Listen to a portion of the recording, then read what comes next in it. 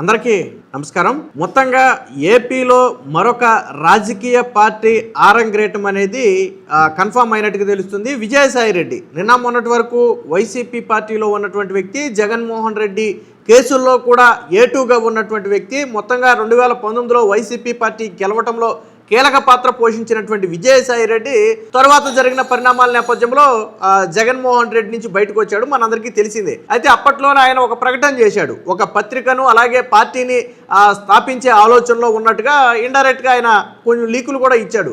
So నిన్న తిరుమలలో శ్రీవారిని దర్శించుకున్న అనంతరం మీడియాతో మాట్లాడుతూ రాజకీయ అరంగేట్రం అయితే కన్ఫర్మ్ చేయడం జరిగింది. ఈ మాసంలోనే విజయవాడ వేదికగా తన పార్టీకి సంబంధించినటువంటి పూర్తి వివరాలను మీడియా సమక్షంలో వెల్లడిస్తానని చెప్పి కూడా చెప్పడం జరిగింది. ఎందుకంటే ఇది తిరుమల కాబట్టి ఇక్కడ రాజకీయాలకు తావులేదు కాబట్టి నేను ఇక్కడ దీని గురించి అయితే మాట్లాడాలనుకోవటం లేదని చెప్పి స్వయంగా ఆయన చెప్పడంతో పాటు దేశంలో కానీ రాష్ట్రంలో కానీ ఎల్నీనో ప్రభావం లేకుండా సుభిక్షంగా వర్షాలు పడాలి, ఆహార కొరత రాకూడదని కోరుకున్నట్టుగా ఆయన ప్రకటించడం జరిగింది. మొత్తంగా తిరుమల దర్శనానికి ప్రధాన రీజన్ అయితే తాను ప్రకటించబోయే పార్టీకి సంబంధించి ముందుగా వెంకటేశ్వర స్వామిని అయితే దర్శించుకున్నట్టుగా తెలుస్తుంది.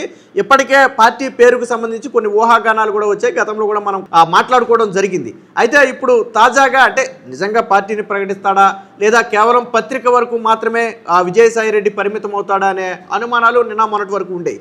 కానీ వాటి అనుమానాలన్నీ నివృత్తి చేస్తూ నిన్న విజయసాయి రెడ్డి తిరుమలలో మాట్లాడుతూ ఈ మాసం చివరిలోనే విలేకరుల సాక్షిగా తన పార్టీ యాక్టివిటీస్ కావచ్చు, పార్టీ నేమ్ను కావచ్చు, అలాగే వాళ్ళ సిద్ధాంతాలు కావచ్చు, వీటన్నిటినీ కూడా ప్రకటిస్తానని చెప్పడంతో మొత్తంగా విజయసాయి రెడ్డి పార్టీ అనేది కన్ఫర్మ్ అయింది. అయితే దీని మీద వైసీపీ నుంచి అయితే ఎవరు పెద్దగా స్పందించలేదు. ఎందుకంటే విజయసాయి రెడ్డి పార్టీ పెడితే ఎవరికి లాభం, ఎవరికి నష్టం ఇప్పుడు సాధారణంగా జరుగుతున్నటువంటి చర్చ.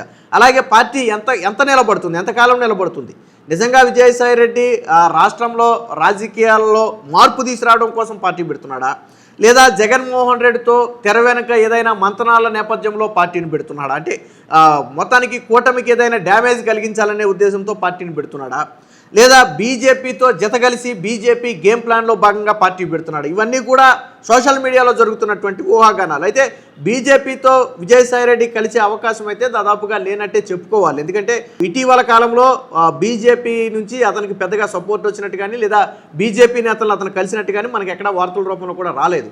చాలామంది అనుమానం ఏంటంటే జగన్మోహన్ రెడ్డే తెర వెనక నుంచి నడుపుతున్నాడేమో అనే అనుమానం కూడా ఉంది. అయితే మీకు ప్రశ్న రావణ్ విషయం మీరు అందరికీ గుర్తుండే ఉంటుంది.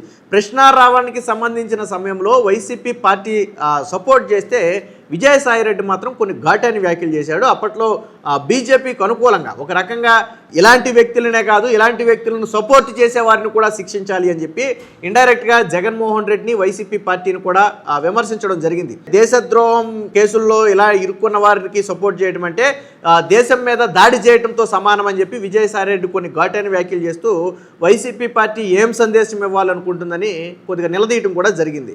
సో అప్పుడే కొంచెం అనుమానం అయితే బలపడింది. సో మొత్తానికి విజయసాయి రెడ్డి నిజంగానే వైసీపీకి యాంటీగా బీజేపీకి ఏమైనా మద్దతుగా మాట్లాడుతున్నాడా అనే అనుమానం అప్పట్లో అయితే కలిగింది. బట్ ఆ తర్వాత ఇన్ని రోజులు దాదాపుగా 1 నెల 2 నెలల నుంచి విజయసాయి రెడ్డి ఎక్కడా కూడా దేని గురించి కూడా మాట్లాడాల, రావణ్ గురించి కూడా కేవలం ఒక్కసారి మాత్రమే మాట్లాడటం జరిగింది. ఆ తర్వాత ఇప్పుడు తాజాగా తిరుమలను దర్శించుకున్న నేపథ్యంలో తన పార్టీని ప్రకటించబోతున్నట్టుగా, నూతన పార్టీని ఏర్పాటు చేయబోతున్నట్టుగా చెప్పాడు. బట్ ఇప్పుడైతే పత్రిక గురించి అయితే ఎక్కడ మాట్లాడలేదు. మొదటగా తాను చెప్పింది ఏంటంటే ధీటుగా అప్పట్లో ఈనాడు, ఆంధ్రజ్యోతి పత్రికలకు ధీటుగా ఒక పత్రికను స్థాపించబోతున్నానని చెప్పి ఆయన చెప్పడం జరిగింది. వాళ్ళు నిజంగా విజయసాయి రెడ్డి పత్రిక స్థాపిస్తే లేదా పార్టీని పెడితే జగన్మోహన్ రెడ్డిని విమర్శించగలడా? ఇప్పుడు షర్మిల ఉంది, కాంగ్రెస్ పార్టీలో ఉంది, అటు కూటమి ప్రభుత్వాన్ని విమర్శిస్తుంది, ఇటు జగన్మోహన్ రెడ్డిని విమర్శిస్తుంది.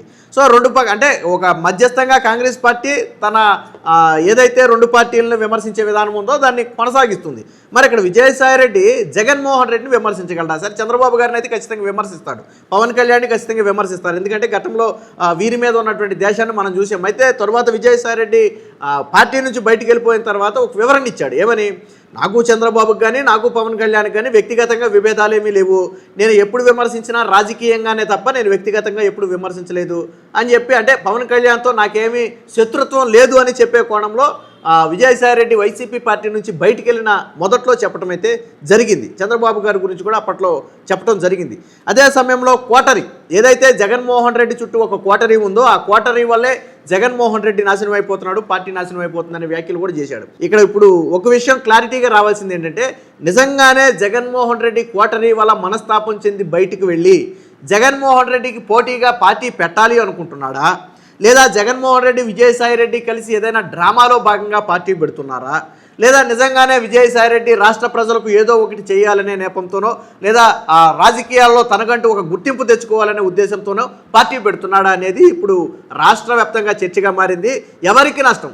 ఖచ్చితంగా ఏదైనా ఒక పార్టీ వచ్చినప్పుడు ఖచ్చితంగా మిగిలిన పార్టీకి ఎంతో కొంత నష్టం జరుగుతుంది. ఎందుకంటే సరే 10 ఓట్లలో ఒక ఓటు చీల్చినట్టే కదా. అదే ఇక్కడ విజయసాయి రెడ్డి ఎవరి ఓట్లను చీల్చగలడు? ఒకవేళ చీలిస్తే అసలు విజయసాయి రెడ్డికి ఎంత % ఓటు వచ్చే అవకాశం ఉంది? అసలు విజయసాయి రెడ్డిని నమ్మి వెనకమాల నిలబడేది ఎవరు?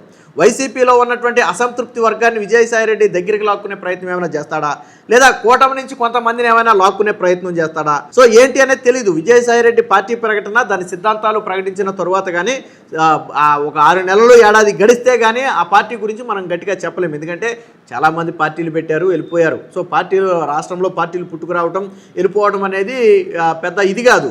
అలాగే విజయసాయి రెడ్డి పార్టీ కూడా మిగతా పార్టీలాగా ఆరంభ సూరత్వమే తప్ప తర్వాత ఏమీ ఉండదా అనే అనుమానాలు కూడా కలుగుతున్నాయి. మొత్తంగా పార్టీ ప్రకటన నేపథ్యంలో ఇప్పుడు ఎవరికి డ్యామేజ్ జరగబోతుంది, ఎవరి పక్షాన విజయసాయి రెడ్డి ఒక స్టాండ్ తీసుకోబోతున్నాడు, లేదా కాంగ్రెస్ లాగా మధ్యస్థంగా ఇరు పార్టీలను విమర్శిస్తూ తనకంటూ ఒక ప్రత్యేక గుర్తింపు ఏమైనా తెచ్చుకునే ప్రయత్నం చేస్తాడా, లేదా బీజేపీతో ఏమన్నా సన్నిహితంగా ఉంటూ భవిష్యత్తులో పార్టీని బీజేపీలో విలీనం చేసి ఆ కోణంలో ఏమైనా కలుస్తాడా? సో ఇలాంటి అనేక అనుమానాలు అయితే కలుగుతున్నాయి. మొత్తంగా ఈ మాసం చివరిలోనే తన పార్టీ గురించి ప్రకటన పత్రికా విలేకరుల సాక్షిగా ప్రకటిస్తానన్న నేపథ్యంలో ఇప్పుడు పార్టీ పేరు ఏం పెట్టబోతున్నాడు, తన విధి విధానాలు ఏంటి, అదే సమయంలో ఇటు కూటమిని కావచ్చు, అటు జగన్మోహన్ రెడ్డిని కావచ్చు ఎటువంటి విమర్శలు చేస్తాడు? ఎందుకంటే పార్టీ పెట్టినప్పుడు కూడా ఖచ్చితంగా ఇప్పుడున్నటువంటి పార్టీ విధానాలు నచ్చలేదు అని చెప్పడం కోసం ఖచ్చితంగా చెప్పాలి. ఇప్పుడు కూటమి నాకు ఎందుకు నచ్చలేదు అనేది చెప్పాలి, జగన్మోహన్ రెడ్డి నాకు ఎందుకు నచ్చలేదు, ఎందుకు కొత్త పార్టీ పెట్టాను అనేది చెప్పాలి.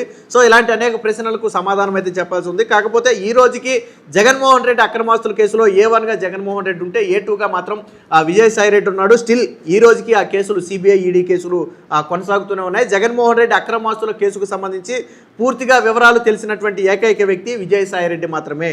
సో నిజంగానే జగన్మోహన్ రెడ్డికి యాంటీగా పార్టీ పెడితే గత కేసులకు సంబంధించి ఏమైనా వ్యాఖ్యలు చేసే అవకాశం ఉందా? గతంలో జరిగినటువంటి అవినీతికి సంబంధించి ఏమైనా వ్యాఖ్యలు చేసే అవకాశం ఉందా? షర్మిల చూడొచ్చు. షర్మిల పార్టీ నుంచి బయటకు వచ్చిన తర్వాత గతంలో కుటుంబ విభేదాల దగ్గర మొదలుపెట్టి అనేక విషయాల మీద, వివేకానంద రెడ్డి హత్య దగ్గర మొదలుపెట్టి అనేక విషయాల మీద బహిరంగంగానే జగన్మోహన్ రెడ్డిని విమర్శించడం జరిగింది. అదే కోణంలో విజయం కూడా జగన్మోహన్ రెడ్డిని విమర్శించడం జరిగింది. ఆస్తులకు సంబంధించి పంపకాల విషయంలో విమర్శించడం జరిగింది. మరి ఇప్పుడు విజయసాయి రెడ్డి అలా ఏమైనా పార్టీ పెట్టిన తర్వాత గతంలో జగన్మోహన్ రెడ్డి చేసినటువంటి అవినీతి అక్రమాస్తులకు సంబంధించి ఏమైనా వ్యాఖ్యలు చేస్తాడా అనేది కూడా ఆలోచించాల్సి ఉంది. ఏదేమైనా మొత్తంగా విజయసాయి రెడ్డి పార్టీ పెట్టడం అయితే కన్ఫర్మ్ అయిపోయింది. బహుశా ఈ నెల ఆఖరి నాటికే పార్టీ ప్రకటన కూడా ఉండొచ్చని తెలుస్తుంది. సో మీరు ఎలా చూస్తారు? విజయసాయి రెడ్డి పార్టీని పెట్టడానికి మీరు ఎలా చూస్తారు? అలాగే వీడియో ఎలా ఉందనేది కామెంట్ రూపంలో తెలియజేయండి.